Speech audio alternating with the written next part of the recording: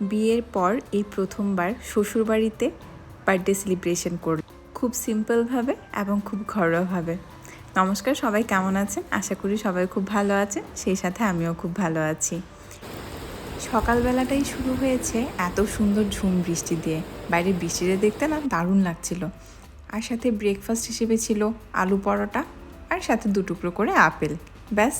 আর এদিকে হচ্ছে ব্রেকফাস্টের পর মা পনিরের তরকারি বসিয়েছে। স্পেশাল খাওয়া দাওয়া সেটা রাতে হবে। এর মধ্যে হচ্ছে অ্যামাজন থেকে আমার বর আমার জন্য বার্থডে গিফট নিয়ে এসছে। এনেই বলছে, এ নাও তোমার বার্থডে গিফট। তা আমিও খুব এক্সাইটেড নিয়ে বার্থডে গিফট খুলতে বসে গেছি।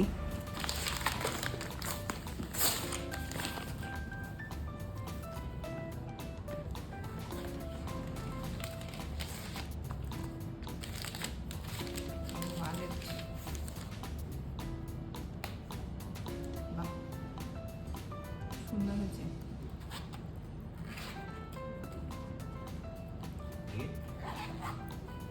আমাকে দেখতে দাও আগে আমার গিফট, তুমি তো দেখেই অর্ডার দিচ্ছি। আরবান ফরেস্টের খুব সুন্দর একটা ওয়ালেটটা আমার বেশ পছন্দ হয়েছে। অনেকদিন ধরে একটু বড় সাইজের ওয়ালেটের দরকার ছিল। ছোট ওয়ালেট একটা ইউজ করি, তবে সেটা বেশি পোষাচ্ছে না। এর মধ্যে আবার বরকে ইয়ার্কি মেরে বললাম যে বড় যখন ওয়ালেট দিয়েছো তাহলে কিন্তু আমার পকেট মানিও বাড়াতে হবে। Thank you. তো যাই হোক, এর মধ্যে বিকালে হচ্ছে প্রচণ্ড চা খেতে ইচ্ছা করছিল। আমি রান্নাঘরে চলে গেলাম সবার জন্য চা বানাতে। এরকম বিকাল টাইমটা 5টা-6টার দিকে চায়ের বড্ড নেশা হয়। যদিও আমার চা খাওয়ার অভ্যেস তেমন নেই, কিন্তু সেদিনই খুব ইচ্ছা করছিল সবাইকে নিয়ে 1 কাপ চা খাই। বেশ মাইন্ডটাও ফ্রেশ লাগবে আর খুব ভালো লাগবে। এর মধ্যে সন্ধ্যায়ও কখন যে কেকের অর্ডার দিয়েছে সে তো আর বলতে পারবো না। আর মা সকাল থেকে একটু পায়েস করবে বলে অনেক বেশি টেনশন করত। কিন্তু হয়েছে কি, এখানে পায়েস করার যে চালটা গোবিন্দভোগ চাল সেটা আর পাওয়া যাচ্ছিল না।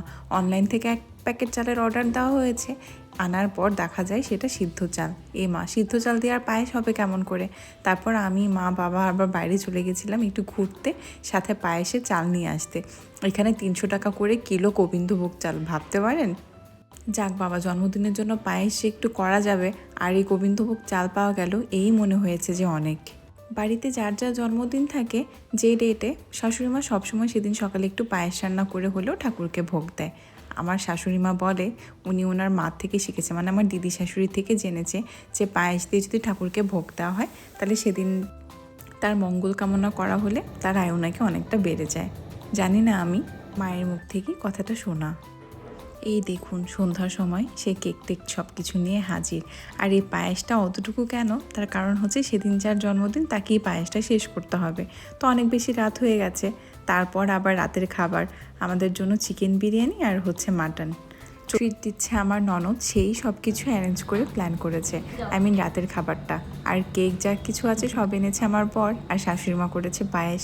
বাবা, সারাদিন সবাই মিলে যা কিছু প্ল্যান করলো। দিন শেষে রাতের বেলা জন্মদিনটা খুব ভালোই কাটিয়েছি। মা বাবা ধান দুব্বা দিয়ে আশীর্বাদ করলো, সাথে বড় আশীর্বাদ করলো।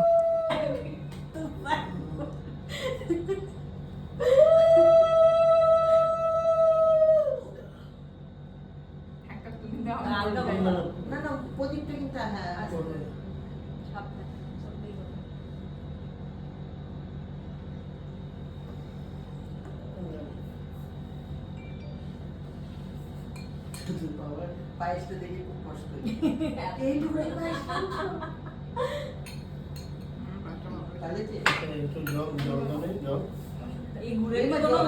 এই গুড়ের কোনো গন্ধ আছে?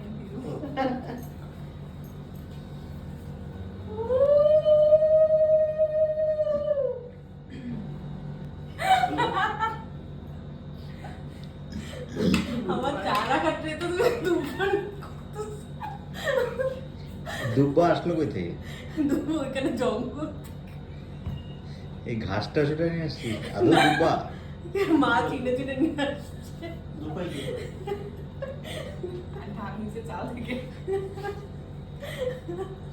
চাল থেকে ধান কেমন?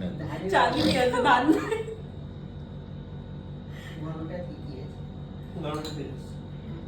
গুড়ের আদৌ কোনো গন্ধ আছে?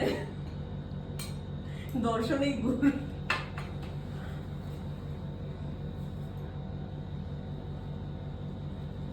দাদাতে বলা ছাড়তে হবে বলা ছাড়বে না কিছু না বিকৃত আসবে এত কম এই ডান হাত দিয়ে আশীর্বাদ কর না 2 হাত দিয়ে করো। বেশি বেড়ে যাবে এমনি বেড়ে যাচ্ছে সব এই পায়ের উপরে দিয়ে দে। অন করি, হ্যাঁ। নিচের জঙ্গল বেশি দেখা যাচ্ছে এরে বাবারি এ কি রে ওর ড্রেস মিলে গেছে, matching. Happy birthday to you, happy birthday to you, happy birthday dear Annie, happy birthday happy birthday to you.